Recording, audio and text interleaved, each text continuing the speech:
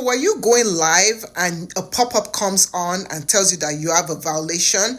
Okay, so this actually happened to me yesterday, and I thought, how many people don't know about this method of reducing your violation? Yes, there is a method of reducing your violation.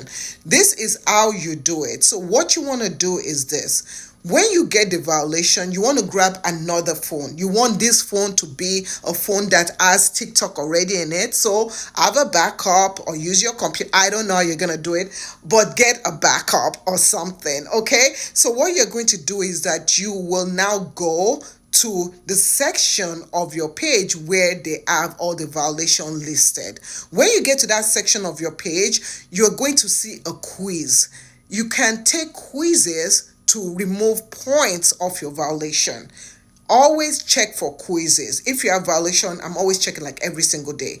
Always check for quizzes. When you get to the quiz section, take your time and take the quiz. You want to pass the quiz. Once you can pass the quiz, the violation gets forgiven, gets taken off. So that is how you get rid of violations, especially when you're going through the live. It can be frustrating. So that is how you do it.